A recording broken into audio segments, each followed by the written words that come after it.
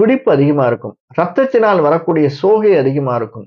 எங்கேயாவது இந்த 1 வருஷத்துல நம்ம ரத்த களரி ஆறதுக்கு சான்ஸ் இருக்கு. அடிபட்டு நமக்கு ரத்தம் வருவதற்கான தோல் வயண்டு ரத்தம் வருவதற்கான சாத்தியக்கூறுகள் இருக்கு. நகம் பிஞ்சி, சதை பிஞ்சி நமக்கு ரத்தம் வர்றதுக்கு சாத்தியக்கூறுகள் இருக்கு.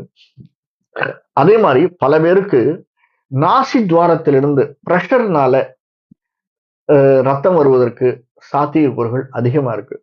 உள்ளுக்குள்ளேயே நமக்கு நரம்பு தளர்ச்சி ஏற்படுவதற்கான சாத்தியக்கூறுகள் மீனராசிக்காரர்களுக்கு அதிகமா இருக்கு.